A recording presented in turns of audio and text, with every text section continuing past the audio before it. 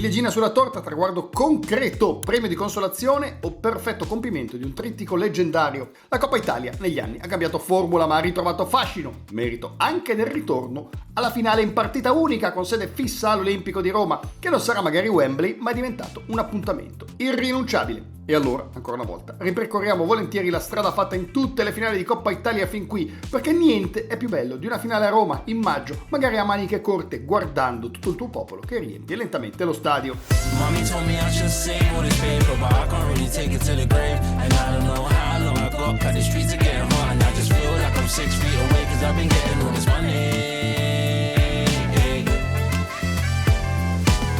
Questo è Del Cielo della Notte, un podcast di Inter prodotto da Intermedia House. Io sono Alessandro Villa e ogni settimana cerco di tracciare insieme a voi il punto sulla mappa del mondo nerazzurro. Oggi siamo qui!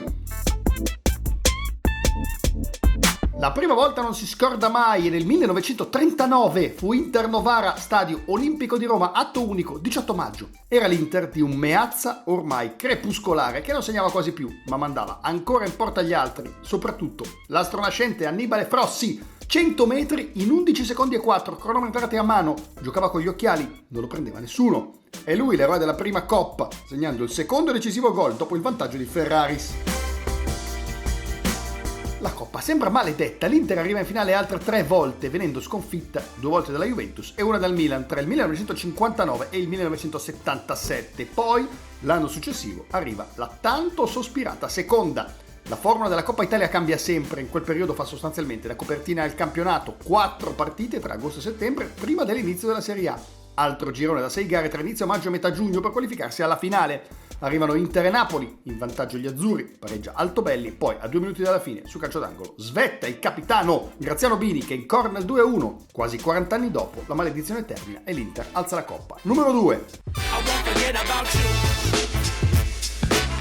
Nel 1978 la finale ha cambiato formato, 2 partite in casa di ognuna delle 2 finaliste. A San Siro è Aldo Serena a sbloccare la partita e il ritorno al Comunale a Torino è una battaglia. È un calcio diverso, in trasformazione, un solo straniero per squadra, l'olandese Van der Korput per il Torino, l'austriaco Prohaska per l'Inter. Segna Cuttone in apertura il gol che vale la Coppa, però lo marca Alessandro Altobelli per tutti Spillo su cross di Marini. Volo d'angelo, sprezzo del pericolo, colpo di testa sul portiere in uscita. Spillo è il capocannoniere di tutti i tempi della manifestazione. 56 gol in 94 partite, media impressionante, specie tenendo conto di quanto si segnasse all'epoca, non proprio la fiera di gol ed expected goal. Il trofeo lo vinse anche Evaristo Beccalossi, cui dedichiamo dal profondo del nostro cuore anche questo episodio del podcast. Il Becca è l'interista che ti ricordi, quello che non aveva bisogno di essere un super atleta o di giocare in nazionale per entrare in canzoni, monologhi teatrali e soprattutto nel cuore dei tifosi. Il calciatore preferito di un sacco di papà, compreso il nostro. È stata una partita, era semifinale di allora Coppa dei Campioni Inter-Real Madrid, che mancava un'ora alla partita, io sono andato a vedere il campo e lì veramente ho capito la cosa più bella di aver avuto la fortuna di indossare la maglia dell'Inter, cioè entrare, sentire 80.000 persone che chiamavano il mio nome. Cioè, lì sono sbavellato, difatti sono entrato nello spogliatoio, mi ricordo che mi sono messo le scarpe così, ero pronto a uscire e Besserini mi fa: Becca, cosa fai? Mister, sono pronto. Ma manca un'ora, talmente ti avevano fatto sbarellare che provi delle sensazioni, e quello credo che sia stata la sensazione più bella, di entrare a San Siro e avere 80.000 persone che chiamano il tuo nome, e lì ripercorri in un attimo tutto il tuo percorso da bambino, l'oratorio, la grande città, la maglia numero 10, e sono sensazioni che ti rimangono tutta la vita. L'Inter ci mette 18 anni a tornare in finale. Il fatto è che quella partita, anzi quelle partite, non se le ricorda nessuno. Non per scarsa appetibilità o altro, onestamente quella Lazio era fuori scala per i nerazzurri. Ma perché? Davanti ai nostri occhi si consumò un dramma sportivo inenarrabile. Ronaldo si era infortunato gravemente con il Lecce a novembre. Complice un terreno di San Siro in condizioni ai limiti del praticabile e un'assurda querel tra Inter e Federazione Brasiliana, con il fenomeno costretto a volare in Australia a inizio settimana e a tornare pur senza aver giocato a Milano praticamente subito dopo la partita, 24 ore di volo. Il rientro è fissato per la finale di Coppa Italia. Ronny subentra a Mutu nella ripresa. Prima azione, va via in fascia, fallaccio di Fernando Couto che lo stende, cartellino giallo. Poi qualche minuto dopo punta ancora il portoghese e cade ancora. Tutti pensano al cartellino rosso, poi il gelo, l'urlo del fenomeno squarcia lo stadio olimpico. Ronaldo è caduto da solo, cede il ginocchio operato, lo stadio si ammutolisce, la Lazio stava vincendo 2-1, al ritorno un mese dopo basterà lo 0-0 per alzare la coppa, ma la testa dell'Inter è da un'altra parte. Si è fatto male, è il più forte di tutti, non si sa neanche se tornerà mai a giocare. Spoiler, ce la farà, regalando ancora emozioni indescrivibili, il gol a Brescia, la doppietta al Verona, quella sempre al Brescia al ritorno, la punizione col Piacenza. Non vincerà con noi per una somma di fattori, ce la caviamo con una finta delle sue. POV, uno stadio pieno di maglie del Liverpool a Milano, grida Galliani dacci la coppa, mentre l'amministratore delegato del Milan e presidente della Lega Serie A consegna la Coppa Italia al capitano dell'Inter, che però è Cordoba, non Zanetti. Facciamo un po' d'ordine. Intanto il calcio, si sa, è anche sfottò. E il Milan, pochi giorni prima, aveva perso in maniera incredibile la finale di Champions League a Istanbul con il Liverpool, dopo aver chiuso il primo tempo sopra 3-0.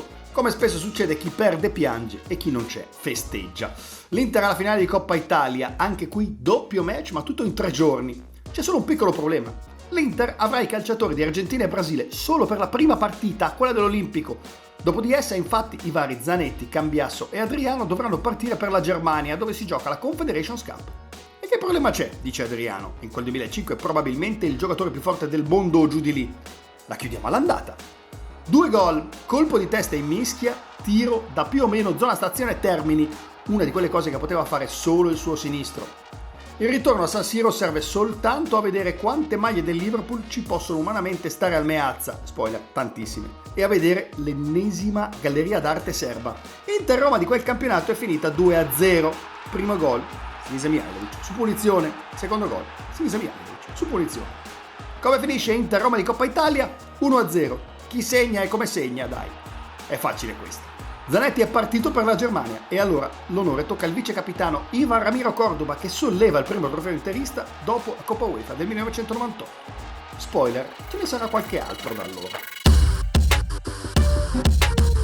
Sempre Inter-Roma, sempre 4 finali consecutive, 5 in 6 anni, nerazzurri e giallorossi. Stavolta la gara di andata è di studio 1-1, combinazione Adriano Cruz per il vantaggio dell'Inter, con l'argentino bravo a freddare Doni, pareggio Diamantino Mancini nel secondo tempo. Tutto rimandato alla partita di ritorno 8 giorni dopo a San Siro, dove un'altra festa interista si apre col triangolo delle meraviglie, Cambiasso, Zanetti, Cambiasso, il gol del Cucciu, un sinistro al volo imparabile, è uno dei più belli mai visti a San Siro. Raddoppia sempre Cruz con un gol alla Ronaldo, scartando anche il portiere. Nella Roma si rivede Totti nella ripresa, un rientro importante, il fallo di Vanigli dell'Empoli di febbraio, 3 mesi prima. Aveva fatto temere potesse saltare il mondiale di Germania. Ci sarà Francesco, quello sguardo glaciale prima di calciare il rigore contro l'Australia. Qualcuno doveva pur farlo. Chiude la partita e assegna la coppa. Il gol di Oba Martins, il classico gol di Martins, figlio di atletismo, furbizia e soprattutto confusione. Una rete che poteva segnare soltanto lui, la sua ultima in nerazzurro. Il gol di Nondà serve solo al tabellino, finisce 3-1, stavolta Zanetti non si fa pregare e alza alto il trofeo. Non lo sa ancora, ma è il primo di 2 della stagione. L'Inter vince anche il campionato. L'Inter campione d'Italia a Roma ci va, forse con troppo champagne in corpo. La debacle è pesantissima, di quelle che si ricordano dopo 1 minuto e sotto di un gol, dopo 5 di 2, dopo 15 è già 0-3. Alla fine saranno 6, Panucci, non proprio Battistuta, ne fa 2, come Crespo però che tiene accesa la fiammella interista per il ritorno. 8 giorni dopo l'Inter comunque ci prova in ogni modo, a decine di occasioni da gol, poca mira, non troppa fortuna, Crespo e Cruz, in apertura di ripresa, accendono una flebile fiammella, subito spenta dall'ingenuità di Cordoba, che si fa buttare fuori per doppio giallo. Il gol di Perrotta fa finire le ostilità, Coppa alla Roma, campionato all'Inter. Un copione che tornerà.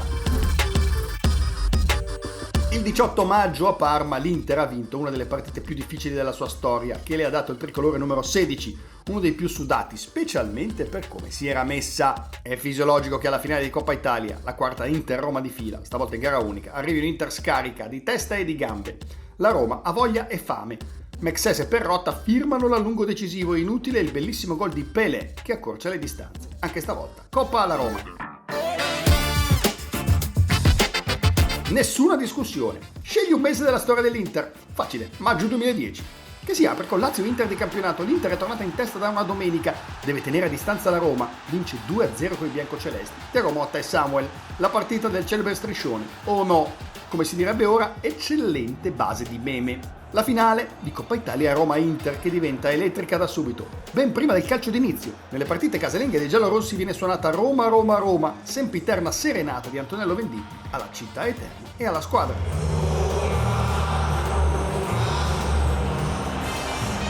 Così succede anche in quel 5 maggio all'Olimpico, data e luogo non banale. Se pareggiamo quindi vinciamo noi perché siamo in trasferta, chiede un ineffabile José Mourinho al suo vice Beppe Baresi. Non c'è bisogno di scoprirlo però, perché Milito segna l'unico gol del match. Visionaria verticalizzazione di Thiago Motta, gol del principe che forse è il più bello dei suoi 75 in nerazzurro. Detta la profondità, sterzata, controsterzata, siluro all'incrocio dei pali. Come direbbero da quelle parti, e che gli vuoi di. Il risultato non cambia più, il numero di falli e cartellini invece cresce di minuto in minuto. Sembra una caccia all'uomo. Vuoi la frustrazione per la vetta della classifica persa, vuoi quella della Coppa che sta volando via. Il secondo tempo della Roma vede più calci che calcio. Io l'ho pensato, lui l'ha fatto, disse una volta il dottor Bob Kelso in Scrubs, clamorosa sitcom ospedaliera, oggetto di un intelligente reboot in questa primavera. Lo pensavano in tanti di prendere a calci Mario Balotelli in quel periodo, un po' il circo mediatico che non gli perdonava nulla, un po' forse anche lui non faceva molto per farsi voler bene. Fatto sta che Francesco Totti fece qualcosa di mai visto né prima né dopo sui campi italiani, un fallo intenzionale, di più un calcione da dietro che avrebbe potuto provocargli guai molto più seri. Il rosso è il minimo, saranno 4 giornate di squalifica. L'Inter alla fine alza il suo primo trofeo stagionale. A fine maggio saranno 3, vagamente, ci ricordiamo. Il lungo addio. La Coppa Italia del 2011 è stato l'ultimo trofeo interista per 10 anni, il digiuno più lungo del dopoguerra. In panca c'è Leonardo che è subentrato a Benitez a dicembre. L'avversario è il Palermo di Ilicic, Pastore e Miccoli. Ma l'Inter ha un numero 9 di valore assoluto, che nell'anno del triplete si è volentieri sacrificato per la causa, spolmonandosi in fascia, ma che nella stagione successiva passa all'incasso. Al primo allenamento estivo pare si sia presentato così al neotecnico Benitez: piacere, io sono Samuel Eto'o e quest'anno faccio il centravanti e faccio 35 gol. Saranno in realtà 37 in tutta la stagione. I 2 di mancia arrivano proprio in finale, 2 azioni in fotocopia. Samuel che si allarga e trova il diagonale vincente. Nel recupero Muñoz dà una speranza al Palermo, subito messa a tacere, ancora da Milito. Ha una sua giustizia che l'ultimo trofeo di un gruppo straordinario abbia la firma in calci di chi più di tutti un anno prima aveva scritto la storia. Inter-Juve in finale è già una notizia, la partita è bellissima e nervosa, l'Inter però è in stato di grazia. La gara la sblocca Barella da fuori area, poi la Juve è brava a ribaltarla. Alexandro e Vlahovic. Non ti disunire, grida Antonio Capuano a Filippo Scotti in È stata la mano di Dio, candidato all'Oscar in quel 2022. Regia di Paolo Sorrentino. Non si disunisce l'Inter di Simone Inzaghi, brava a crederci fino in fondo, trovando il pari con un rigore calciato da campione da Cancelanoglu, dritto all'incrocio dei pali. Nei supplementari si prende la scena Ivan Perisic all'ultimo acuto di una carriera splendida in nerazzurro. Prima un altro rigore, calciato anche qui impeccabilmente, poi un gioiello in controbalzo per il 4-2 finale. Festa interista, la Coppa Italia numero 8 è in bacheca. Lautaro Martinez è a quota 99 gol in nerazzurro prima del fischio d'inizio. Sappiamo quanto sia sensibile il 10 interista alle ricorrenze e soprattutto alle partite chiave. La Fiorentina non è però venuta a fare atto di presenza e Nico Gonzalez prova a rovinare la festa dopo pochi minuti con un gol davvero bombardario. È la notte di Lautaro però che la ribalta già nel primo tempo. Sinistro chirurgico sul filo del fuorigioco e girata acrobatica da copertina, gol numero 100 e 101. Nel finale la Viola insiste, Jovic incredibilmente manca il pari. Finisce così Coppa Italia numero 9 in bacheca e ora Lazio-Inter tra pochi giorni. Sappiamo quanto tutti i ragazzi, Capitano in particolare, siano sensibili ai numeri, come dicevamo poc'anzi. E che cosa c'è di meglio per il numero 10 della Coppa numero 10?